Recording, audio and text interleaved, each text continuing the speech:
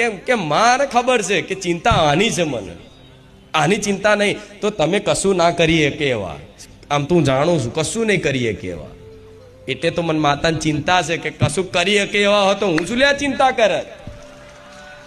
પણ નહીં, પૂજા વિધિ ધ્યાન કશું જ કરી શકે એવા નથી. તો માને માં ખાલી કહેતા ના આવડે, ખાલી માં કહે ને એ મામાં બધું જ આવી જશે.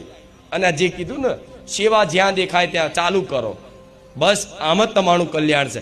આટલી વાત જે માની લે ને એને એવું કશું કોઈ ઉપદેશની જરૂર નથી. હવે બીજી વસ્તુ, સેવા તો ચાલુ કરો, સારી ભાવના કરી સેવા તો ચાલુ કરો, મારી વાત માની. પણ અત્યારે જે પરિસ્થિતિ ઊભી થઈ છે દુઃખની, એ દૂર કેમ નહીં થશે? સેવા કરશો તો એ આગળનું ભવિષ્ય તમારું ઉજ્જવળ કરશે. પણ અત્યારે જે બેઠો છો, બરોબર, એવું દુઃખ છે કે વેઠાતું થાય છે. હું જાણું છું. હા, મારા દુઃખની વાત કરવામાં તો સહેલી લાગે ને તમારે સાંભળવામાં સહેલી લાગે. એ તો જેની પર વીતતી હોય ને એને ખબર પડે.